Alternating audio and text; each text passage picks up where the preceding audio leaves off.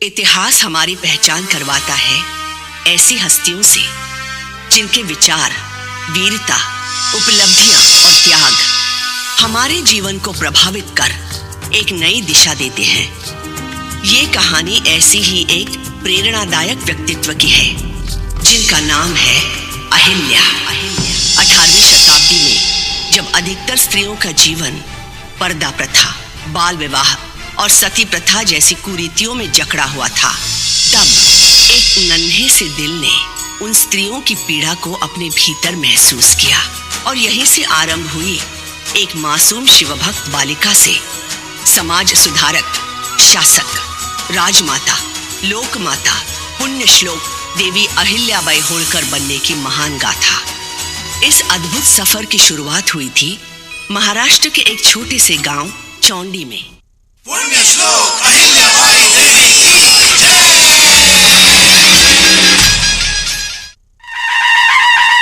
सावधान! मालवा प्रांत के महाराजा प्रजावत्सल मल्हारराव होलकर अपने परिवार सहित शिलान्यास स्थल पर पधार रहे हैं।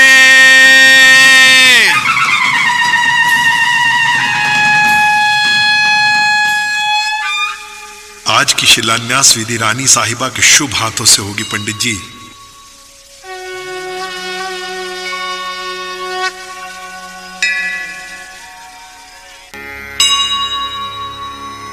आई, क्या मंदिर इस गड्ढे के अंदर बनेगा? अगर आएगा, इसके ऊपर आधारशिला रखी जाएगी, फिर उसके ऊपर मंदिर बनेगा। आई, लेकिन इस गड्ढे के अंदर तो पानी है। पानी कहाँ से आया इसमें? पानी है मतलब? इस जमीन के नीचे पानी का कोई स्रोत है। वाह, पानी! फिर तो यहाँ कुआं बनना चाहिए। पूजन विधि संपन्न हुई। शुभ मुहूर्त में आधारशिला को गड्ढे में रख दीजिए। रुकिए, आप ऐसा नहीं कर सकते।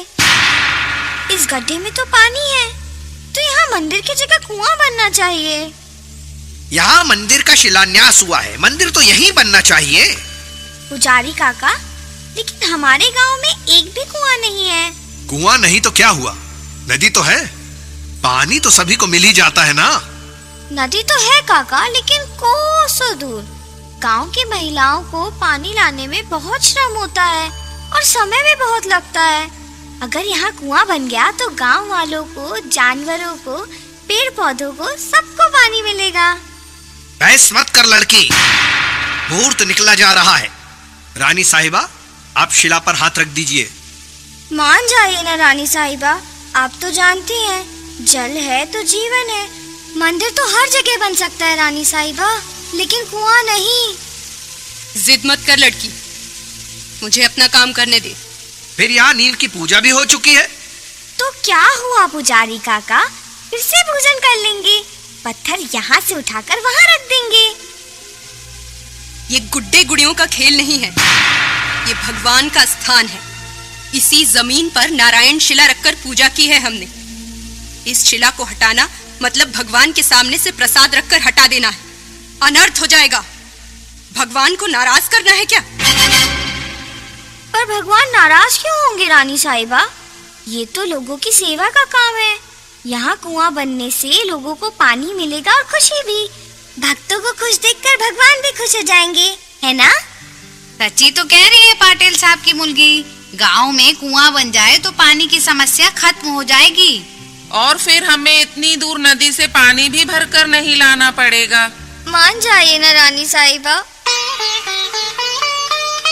यदि आप बोलोगी तो सब बात मान जाएंगे। ये मंदिर का मामला है, इस तरह निर्णय नहीं बदलते।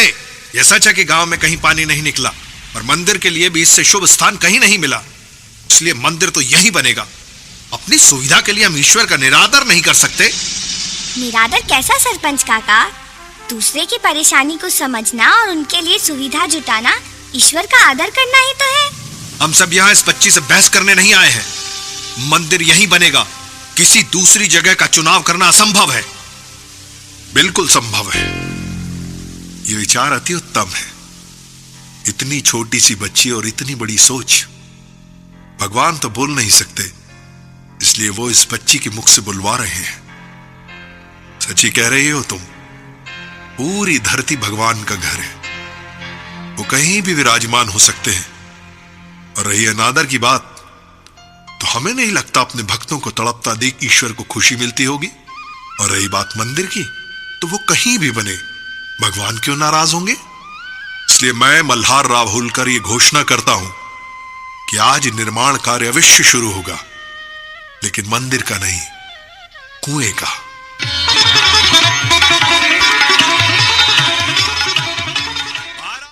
मल्हार राव होलकर ने अहिल्या का रिश्ता अपने बेटे खांडेराव होलकर के लिए मांगा।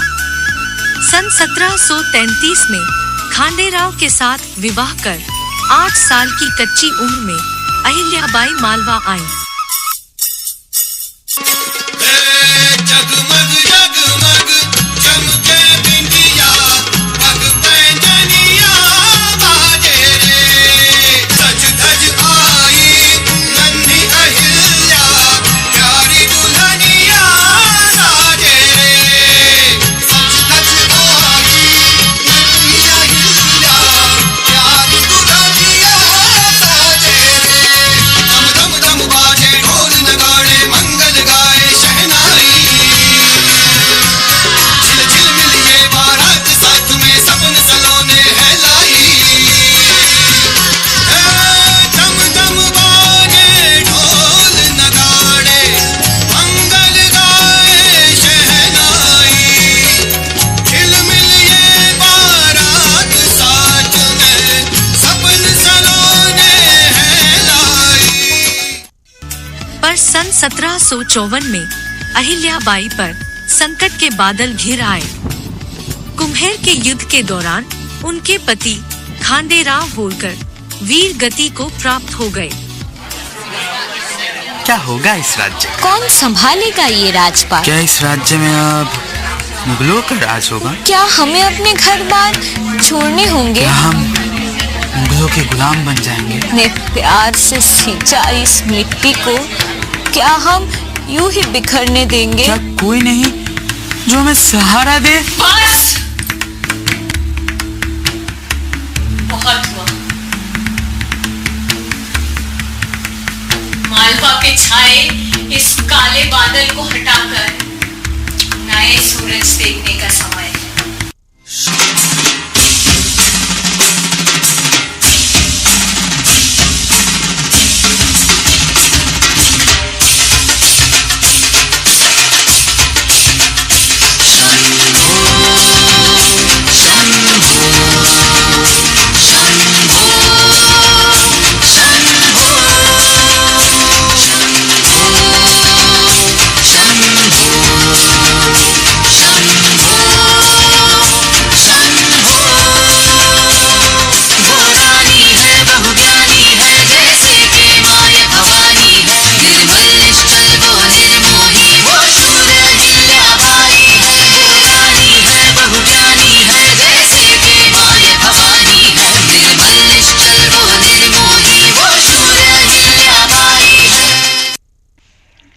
अहिल्या के 30 साल के शासन में इंदौर एक छोटे से गांव से फलते फूलते शहर में तब्दील हो गया।